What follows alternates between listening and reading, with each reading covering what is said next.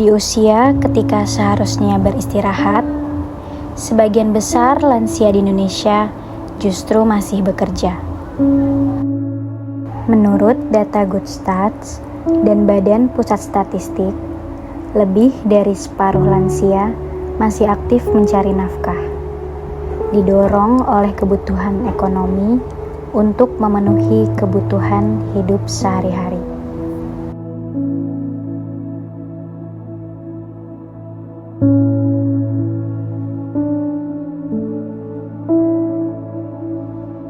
Di Desa Karangasem, lansia yang masih aktif bekerja menjadi bagian dari kehidupan sehari-hari. Kondisi ini tergambar melalui cerita Pak Ridwan, Ketua RT setempat.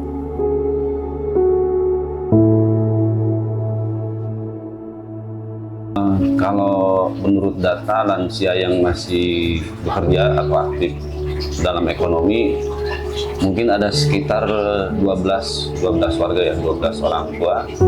Dan kalau di bidangnya macam-macam ya. Kalau di bidang ada yang jualan di warung, ada yang masih tani juga ada yang ojek juga ada juga yang jualan keliling, jualan kue-kue keliling ada. Nah, di sini juga ada, kebetulan memang di sekitar kita itu ada lapak ini rongsok gitu ya.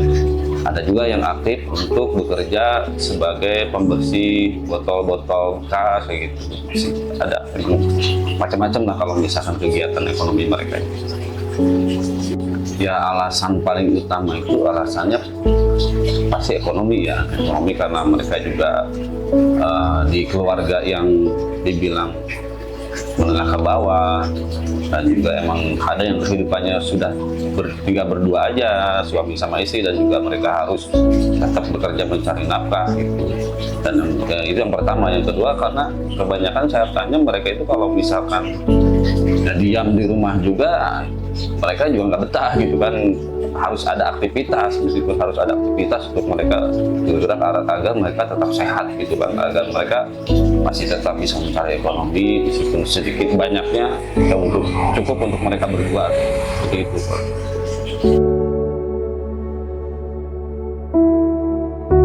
Salah satu dari mereka adalah Pak Jainuddin, usia 71 tahun. Setiap hari, beliau masih bekerja memilah botol plastik dari hasil mengumpulkan barang bekas. Usianya tak lagi muda, tapi tenaganya masih diandalkan. Ya, usia saya kan udah lanjut ya. Kalau nggak kerja ya mungkin istri saya nggak makan juga aja. Ini cuman sambil ada daripada nganggur gitu, ya kerja apa yang adanya gitu. Karena saya tidak bisa bekerja dengan tenaga yang keras, ya daripada diam ya buangin label botol aja gitu. Ya tidak ada hambatan mah, cuman ya kadang-kadang ya penyakit adanya ya, yang ini, yang pilek lah, flu gitu aja. Ya mungkin hambatannya kalau ada barangnya, kalau nggak ada barangnya ya nggak kerja gitu aja. Nggak selamanya kerja begini, cuma kalau ada barang ya dari rongsokan sebelah dikirim ke sini saya kerjakan gitu. Ya, mendukung sih anak-anak, dari cucu juga nggak apa-apa Pak, kalau daripada nganggur karena udah kupasin aja label bodong gelas gitu.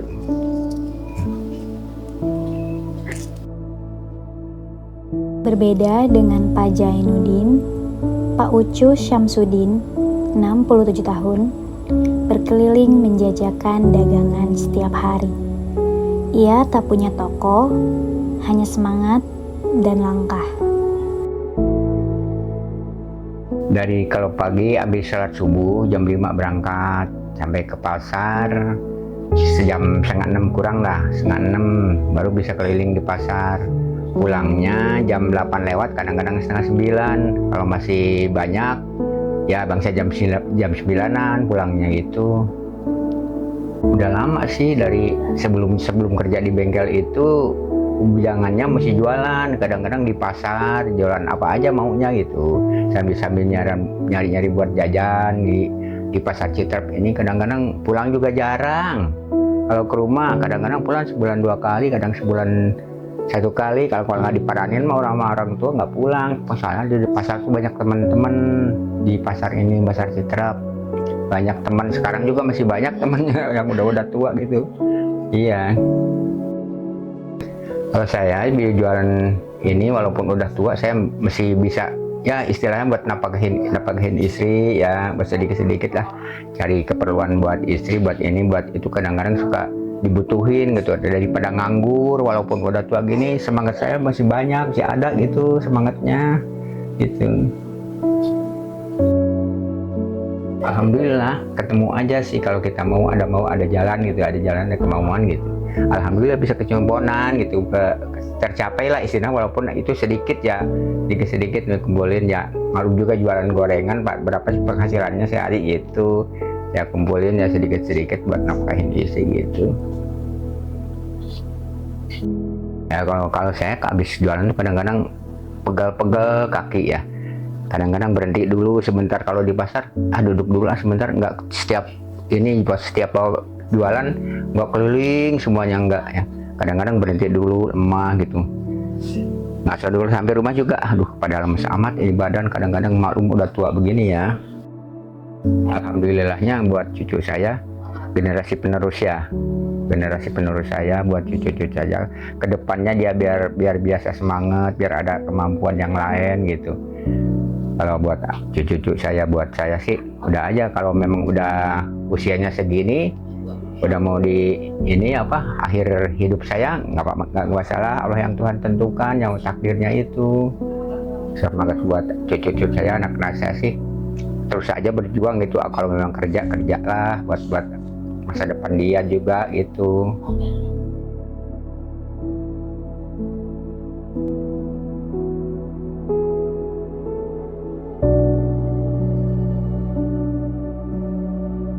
Fenomena lansia pekerja ini bukan sekedar kisah individu. Ini cermin ketimpangan sosial dan rapuhnya sistem perlindungan hari tua. Ada bantuan untuk mereka karena pemerintah itu ada mencanangkan 3 program, yaitu pertama itu PKH, yang kedua PPNT, yang ketiga itu adalah BPJS PBI. Dan untuk PKH itu emang diperuntukkan untuk lansia yang sudah tidak bekerja ataupun yang bekerja, sekitar kalau tidak salah itu 600.000 per bulan. Dan juga ada bantuan BPNT, yaitu bantuan pangan non tunai. Biasanya diperuntukkan pertama untuk lansia, yaitu untuk ekonomi desil 4 dan 5 ya, sekitar per bulannya itu sekitar 200.000.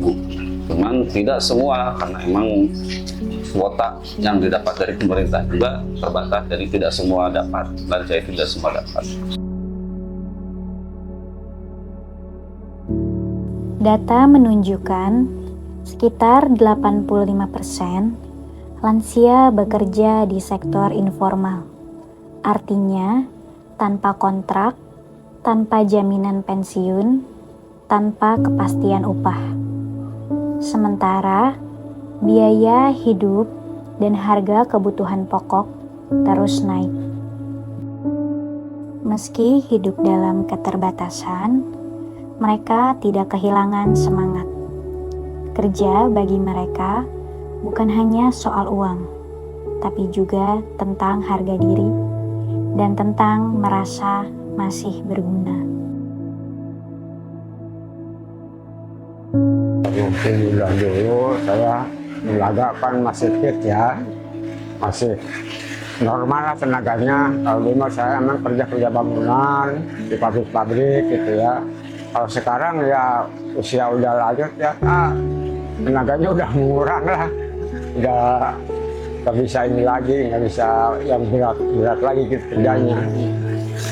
Bahagianya ini bapaknya satu soleh ya, baik gitu. Walaupun ada kekurangan saya terima gitu. Sama aja sih ya.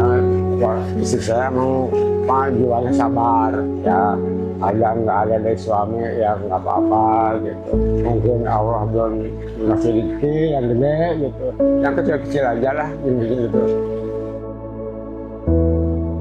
Sekarang mah ini aja pengen kebahagiaan masa kita udah tua, bahagia ya, masih panjang umur, usia segini masih pembahagiaan cucu sama anak-anak yang masih lajang istilahnya ya, masih lajang.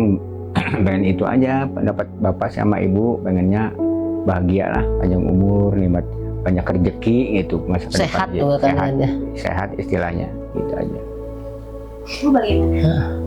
Kalau saya emang ya kalau satu kesehatan kita apa, kalau sudah tidak bisa kumpul yung ya, kumpul ini sama teman-teman dapat pengajian kesehatan itu kan lebih penting.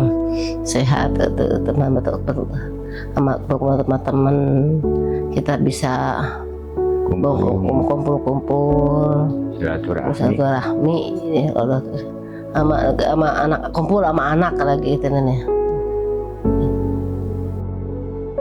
Setiap langkah mereka adalah kisah perjuangan tentang bagaimana hari tua belum menjadi masa istirahat, melainkan perpanjangan dari perjuangan panjang. Selama sistem ekonomi dan jaminan sosial belum memadai, cerita seperti ini akan terus berulang. Dan mungkin suatu hari nanti kita sendiri akan berada di posisi mereka.